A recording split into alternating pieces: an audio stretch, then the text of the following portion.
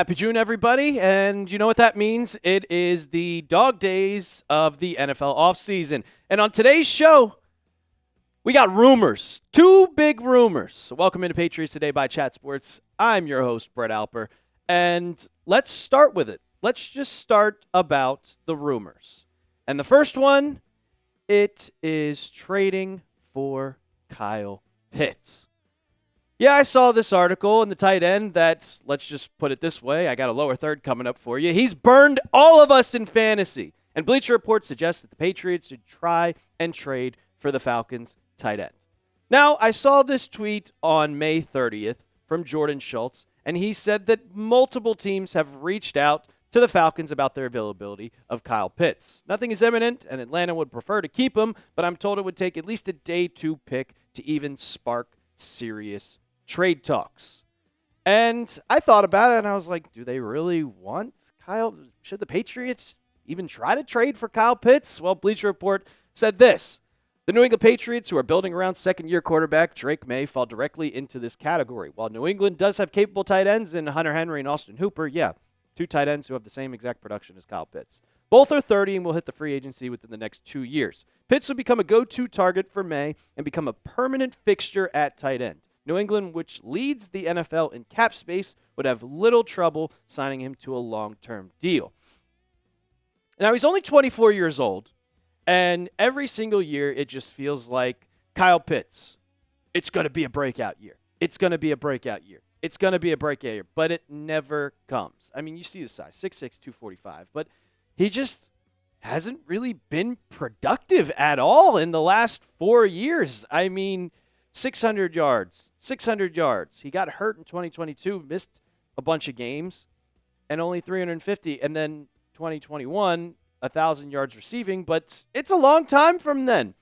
It's 2025, people. In 2021, that was 4 years ago. Do we really want to take a chance on a guy who has only 1 year left on his deal, so there's no possible opportunity? Like, I know what that quote said from Bleacher Report. It said, there's a possibility that the Patriots, with how much cap space they have, would have little job. It would take a little bit just to sign him to a long-term deal. But if you compare them to your two tight ends, Hunter Henry and Austin Hooper, Hunter Henry way more productive than Kyle Pitts, 674 yards. That's Drake May's target. And Austin Hooper, 45 receptions.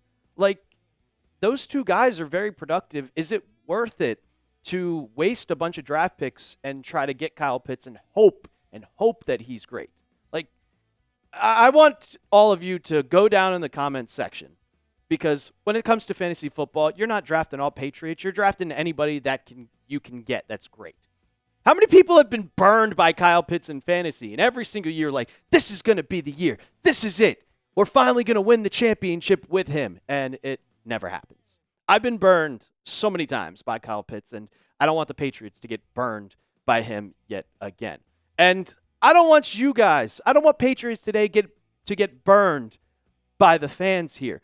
Join the Noti game. Turn your notifications on. I went digging through the analytics like I always do when I'm bored. I like to see a bunch of numbers. Subscribers with the notifications on, 11.9%. That's only 3,000 of you, and 2,000 of you have them set to all. This channel has 26,000 subs. I want to see those numbers jump up. So hit that bell icon, turn on your notifications. Let's get that up to about 25% from this video.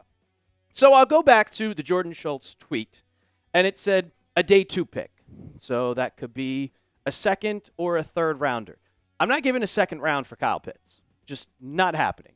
With 1 year left in his deal, he could leave in a heartbeat. So the Falcons are just they're fleecing you, is what I'm trying to say. So, but Bleacher Report did have this trade idea, and I'll show this to you guys, and I'll ask you guys what you guys think. 2026 third round pick, a 2026 fourth round pick, and Austin Hooper for Kyle Pitts. I wouldn't do this trade, and I'll ask you guys, would you do this trade? Type T for trade and type P for pass. That's just too much. And I get it. Like, I don't know. I did put accept. I did say accept, but now thinking about it while I'm on here making this video, I wouldn't do it.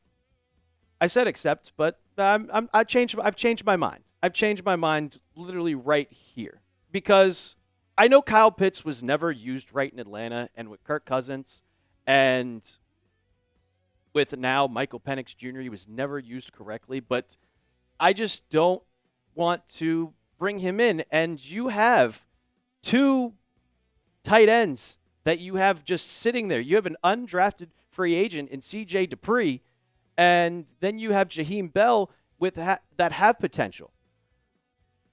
Now, a difference that I would say that he would be Drake May's favorite target. The young guys love tight ends. I was looking at all OTAs, and I'm fascinated with Cam Ward. I do love Cam Ward. I loved watching him at the University of Miami. His first play, he was throwing it to his rookie tight end, Gunnar Helm. Like, young quarterbacks love tight ends. We talked about Cole Kmet and how much Caleb Williams loved Cole Kmet. Young quarterbacks love tight ends. And, yeah, he would be that perfect guy for New England because he's a big tight end and would fit Drake May. But it just takes too much. It takes way, way too much to get him in New England. 2 second-day picks, a third and a fourth, and then you get rid of Austin Hooper. The tight end duo will be great. But honestly, with Jaheim Bell and C.J. Dupree, I'm just going to go off of potential, and I'm not going to take that chance. He would be his favorite target, but I'm not taking that chance. I've changed my mind. I literally changed my mind right when I made this video. When I was scripting it out, I put accept. I've changed it. D for decline. D for decline. You can keep him, Atlanta. Before we get into the second rumor of today's show, get your Patriots polos. They're almost gone. It was $29.99, folks. Now it's $45.99. It was 65% off. Now it's 42.5% off. Get yours today. Chatsports.com/PatsPolo. Chatsports.com/PatsPolo. We'll have that in the comments and description of today's video.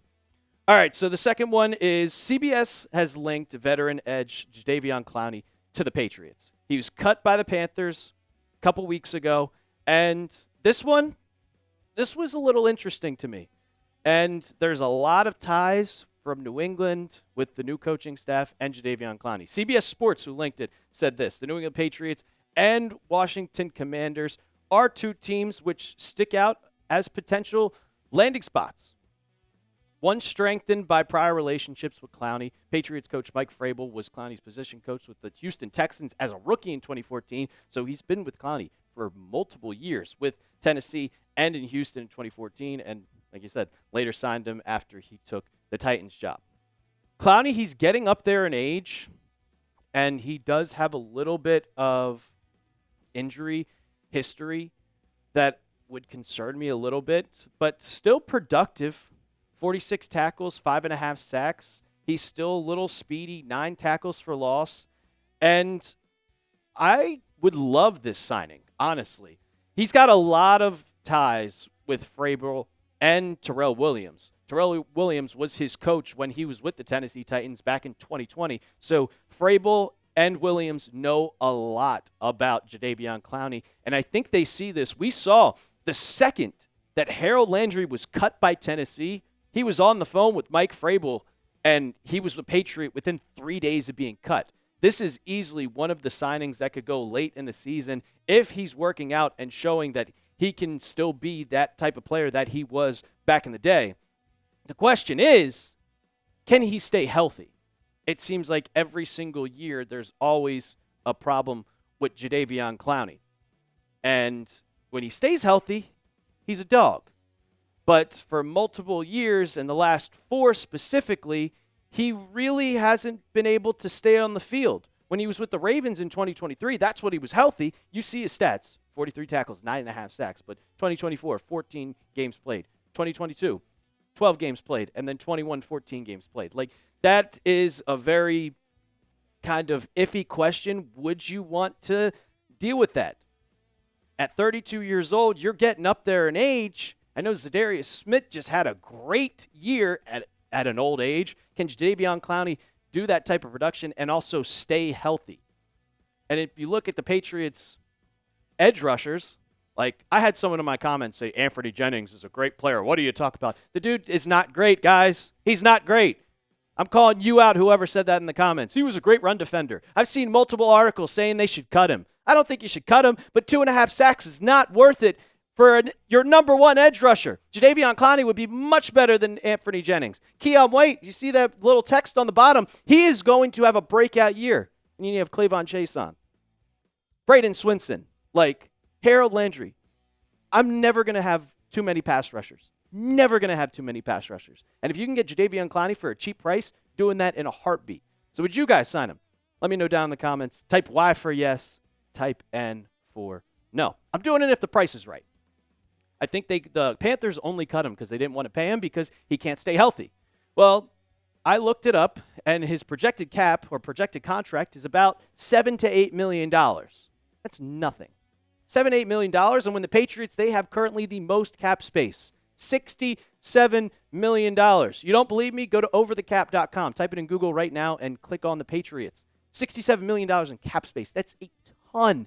Absolute ton. And you can get that $8 million for Jadeveon Clowney at a little low risk, high reward type of piece. Sign him in a heartbeat.